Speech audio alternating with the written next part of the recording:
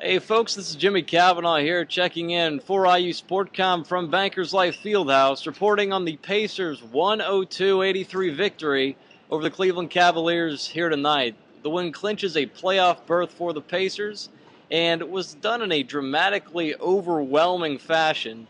Danny Granger led 6 Pacers players in double figures with 18 points. And just a really strong effort from the Pacers here tonight. Didn't look like it was going to be that way early, as the start of the game was one of the uglier starts I've seen. I'm really glad I had this goblet of Dippin' Dots sitting right over here, because otherwise I could not have been able to sit through it without, having difficulty falling asleep. The first quarter, in the words of Conrad Brunner of Pacers.com, was electrifying in the same way that a wet sponge to the head would be right before an electrocution. It was 19-16 after the first quarter. Midway through the second quarter, it was 32-18 Cavaliers. Pacers had scored 18 points with about 7 minutes left in the second quarter. It had not been pretty. The Pacers tried to run their offense, couldn't get a lot of stuff to work.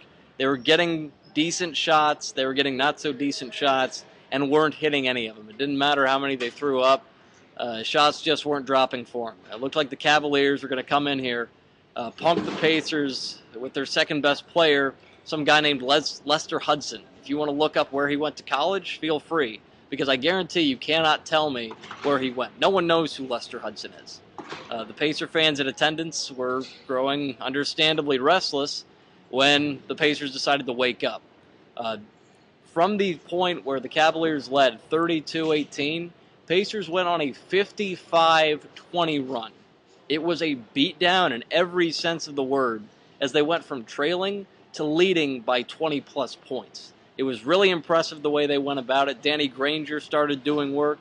George Hill went to work. We'll get to him a little bit more later. Roy Hibbert was tossing in hook shots. Tyler Hansbrough got to the line, and Lendo Barbosa got hot.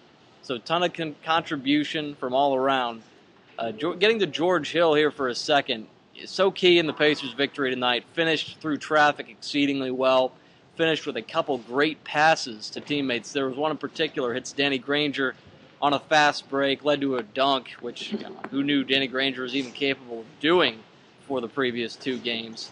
George Hill playing like a guy who should be in the Pacers' starting lineup, even when Darren Collison gets back from injury.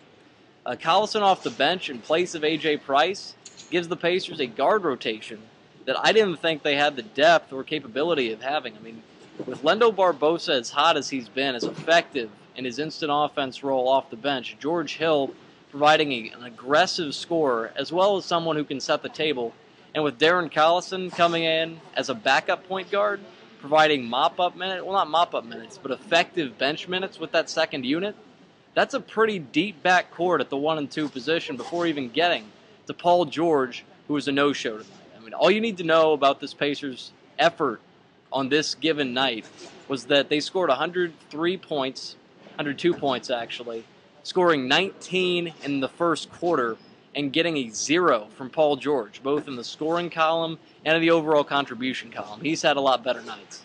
But enough of the negatives, back to the positives. The Pacers, 37-22, clinch a playoff spot with 7 games left to go, and the 37 wins equals the total number of wins they had last season in a full-length season. These guys right now, the way they played against the Cavaliers, look, I know it's the Cavaliers. I know that they don't have Kyrie Irving. I know their second player, like I said before, second-best player is probably Lester Hudson.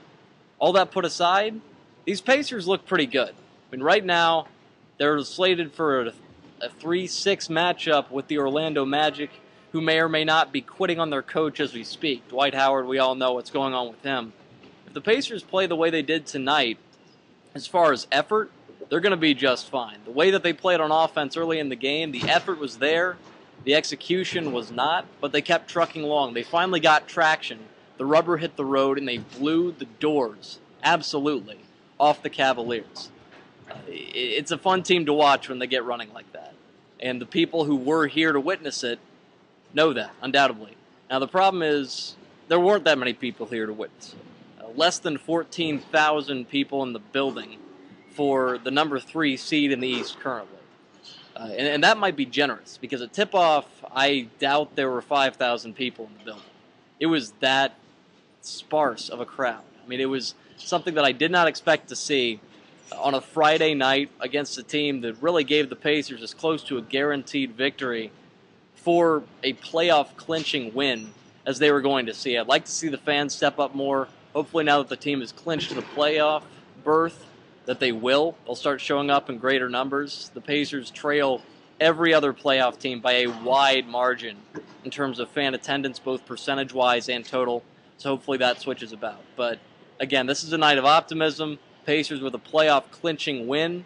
37 wins now, 37 wins all of last year. And they've got 7 more to go in a lockout-shortened year. It promises to be a solid finish to the season, and hopefully the Pacers can make it a bit memorable, not just for the end of the regular season, but into the playoffs as well. That's about all the time I have.